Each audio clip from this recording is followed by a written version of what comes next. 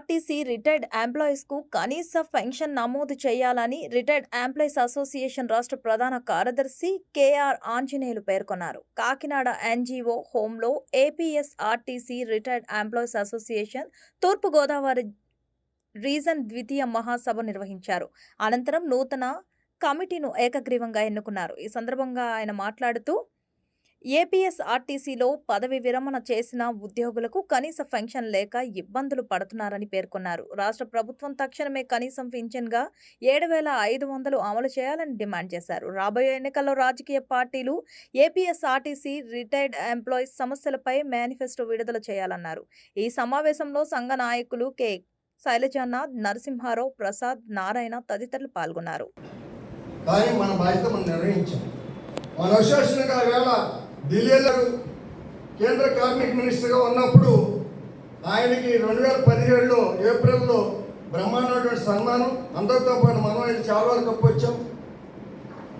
ఆయన ఖచ్చితంగా నేను మాట్లాడతాను మీ పెన్షన్ గురించి, ఈ పరిస్థితి నాకు తెలియదని హామీ ఇస్తే ఆయన ఏప్రిల్ 31 ఇప్పుడు ఆయన తీసేశారు. ఆ తర్వాత అశోక్ కుమార్ గంగారావు వచ్చారు, ఆయనతో మాట్లాడాం. మన అసోసియేషన్ చాలా కృషి చేసింది, మీకు తెలుసో తెలియదు. అలాగే ప్రతి పిఎఫ్ పార్టీ దగ్గర సంవత్సరానికి 2 సార్లు నేను పిలిపి మన అలాగే కొంతమంది రిమూవ్ అయిపోయి సస్పెన్షన్ అయిపోయి రిజిస్ట్రేషన్ అయిన తర్వాత మళ్ళీ తిరిగి ఉద్యోగం పొందిన తర్వాత ఆ డబ్బులు కట్టకాకో లేకపోతే ఇక్కడి నుంచి మన డిపో నుంచి హెడ్ ఆఫీస్ వెళ్ళియో లేదో, మొత్తం ప్రావిడెంట్ పని చేరిందే లేదు. వాళ్ళందరికీ ఇప్పుడు డిమాండ్ నోటీసులో కొంతమంది 000 వచ్చేస్తాయి. ఏంటో బాబు అంటే ఈ పీరియడ్లో ఏదో కంట్రిబ్యూషన్ కట్టలేదు కాబట్టి పెన్షన్, దీని ఏదో సమాధానం చెప్పండి. అదొక ఇందుట్లోనే అదొకటి వస్తుంది.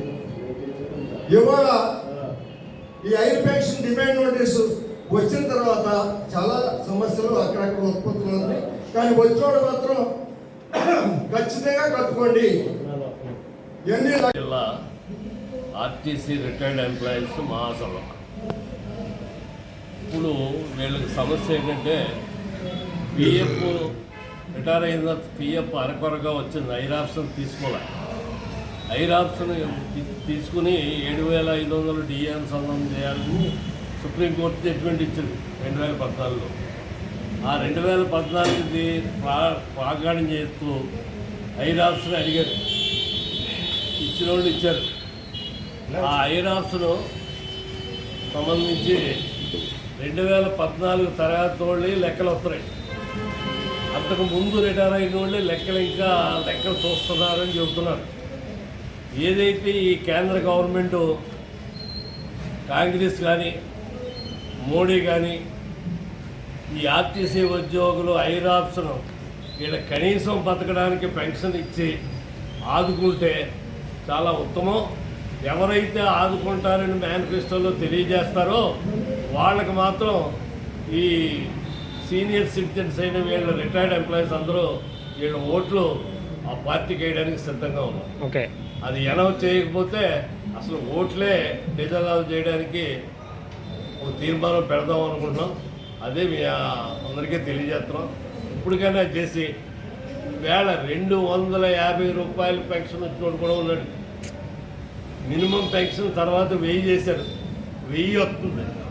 వేళ 1000 రూపాయలతో వేళ ఎలా బతుకుతాడు? బతకట్లేదు, చచ్చిపోతున్నారు చాలామంది.